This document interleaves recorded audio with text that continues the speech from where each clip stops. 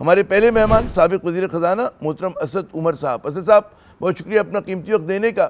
2025 پاکستانی معیشت کے لیے عمومی طور پہ کیسا رہا؟ سب سے پہلے تو اس پہ کامنٹ کیجئے. اور حکومت کا سکور کارڈ کیا تھا؟ کن محاذوں پر وہ کامیاب اور کہاں آپ کو ناکام نظر آئی؟ اگر میں ایک لفظ میں احاطہ کروں 2025 کی معیشت کا پاکستان کی، تو وہ لفظ ہوگا جمود.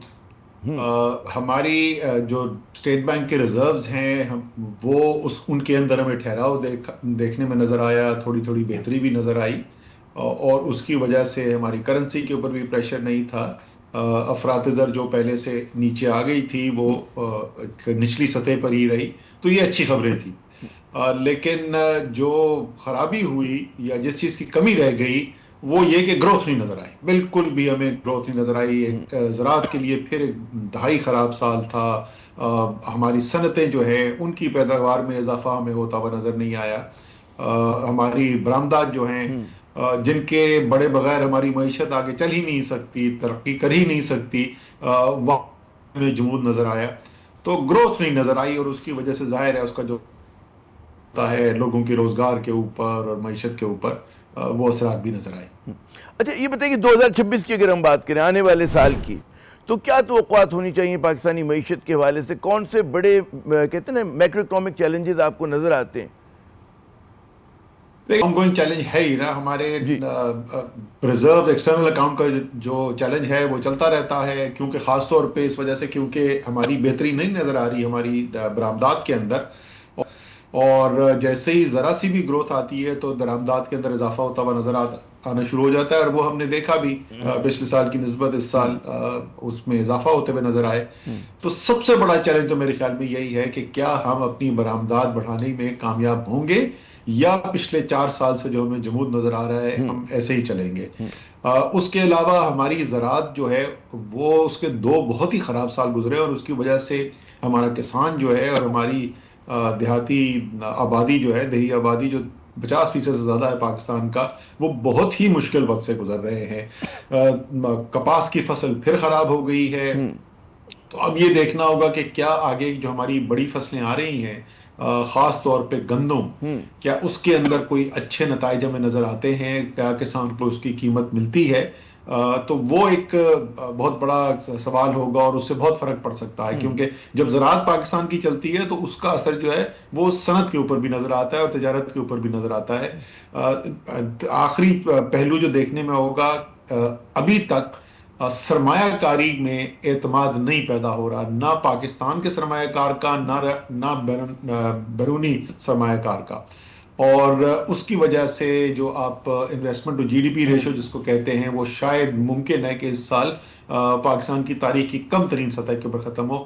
کیا ہمیں وہ اعتماد واپس آتا ہوا نظر آتا ہے معیشت کے اندر یا نہیں؟ جی بڑا سوال ہے کہ معاشی نمو 2026 میں اور سرمایہ کاری بڑھنے کی امید، تو آپ اگر کہیں اس کے اوپر بیٹ کرنا ہو تو آپ کو کیا لگے گا؟ کرسٹل بال میں اگر آپ جھانکیں تو بڑھنے کی امید ہے، کیونکہ اب حکومت بڑی پر امید نظر آ رہی ہے. PIA کی نشکاری ہوئی ہے، ایک آدھ اور ان کو معاشی اشاریے بہتر نظر آ رہے ہیں. تو کیا کہیں گے کرسٹل بال میں آپ معاشی نمو اور سرمایہ کاری بڑھنے کی توقعات کے حوالے سے؟ جی میری کوئی بہت خاص بہتری کی کوئی امید نہیں نظر آ رہی. ہو سکتا ہے 19 بھی تھوڑا سا بہتر ہو، لیکن کوئی خاص بہتری کی امید نہیں نظر آ رہی. اور اس کی وجہ جو ہے وہ معاشی نہیں ہے، اس کی وجہ جو ہے سیاسی ہے. وہ جو بنیاد ہے، جس بنیادی وجہ جس کی وجہ سے ایک اعتماد کا فقدان ہے، جس کی وجہ سے سرمایہ کار نے ہاتھ روکا ہوا ہے، وہ ان حالات کے اندر مجھے کوئی تبدیلی خاص ہوتی ہوئی نظر نہیں آ رہی. اچھا آپ نے تذکرہ کیا برآمدات بڑھانے کا کہ اس طرح سے نہیں بڑھی بلکہ کم ہوئی ہیں. اب جو ایک ٹرینڈ نظر آ رہا ہے اس میں تجارتی خسارہ بڑھ رہا ہے. 2026 میں کیا آپ دیکھ رہے ہیں؟ اگر تجارتی خسارہ بڑھتا ہے تو جو آپ کا کرنسی سٹیبل ہے ظاہر انڈر پریشر آئے گی. جی بالکل، اسی لیے میں نے جب آپ نے مجھ سے پوچھا تھا کہ 2026 کے چیلنجز کیا نظر آ رہے ہیں، تو سب سے بڑا چیلنج میں نے آپ کو بتایا تھا کہ کیونکہ ہماری ایکسپورٹ پالیسی جو ہے وہ مکمل طور پہ ناکام ہوئی ہے. بجائے بڑھنے کے برآمدات میں ہمیں کمی نظر آئی ہے. اس کا مطلب یہ ہے کہ آپ بغیر معیشت کو مشکل میں ڈالے ہوئے، بغیر افراط میں اضافہ کیے ہوئے، بغیر اپنی روپے کی قدر کو دوبارہ پریشر میں لائے بغیر آپ آگے اپنی معیشت کو بڑھا ہی نہیں سکتے. تو سب سے بڑا چیلنج یہ ہے، اور مجھے کوئی ایسی خاص فیصلہ سازی ہوتی ہوئی نظر نہیں آ رہی کہ وہ بنیادی وجوہات کیا ہیں؟ آپ نے صنعتی پیداوار کے اوپر ٹیکس جو ہے وہ حد درجے بڑھا دیا ہے۔ پاکستان میں پچھلے کوئی 40 سال سے زیادہ سے آہستہ آہستہ آہستہ آہستہ انکم ٹیکس کی شرح کم ہوتی جا رہی تھی، وہ ایک ریورس گیئر میں لگے ہیں اور اب وہ سپر ٹیکس لگا کے تو کہیں بھی اوپر لے گئے۔ پھر آپ کی بجلی اور گیس کے مسائل آپ سے نہیں حل ہو رہے ہیں، جن ممالک سے مقابلہ کرنا ہے ان کی نسبت آپ کی بجلی مہنگی ہے، گیس مہنگی ہے۔ تو جب یہ بنیادی جو روٹ کازز ہیں، جب اس کے اندر کوئی تبدیلی نہیں نظر آ رہی تو وہ 2026 میں برقرار تبدیلی رہنے ہے کی وہ امید ہے۔ اچھا، آپ نے تذکرہ کیا افراط زر کا۔ افراط زر کا ٹرینڈ عمومی طور پہ تو ذرا سا ڈکلائن پر ہے، لیکن ظاہر ہے کہ جو ان کو بیس ملی اس میں تو اگر کم بھی بڑھے گی تو لوگوں پہ امپیکٹ آئے گا۔ 2026 کو کیسے دیکھتے ہیں اس حوالے سے؟ بالکل ایسا ہی ہے جی، جس طریقے سے وہ آپ دیکھ رہے ہیں نا، امریکہ کے اندر بھی یہ ہوا، وہ کووڈ کے بعد ایک شاک تھا جس کی وجہ سے افراط زر بہت زیادہ اوپر چلا گیا۔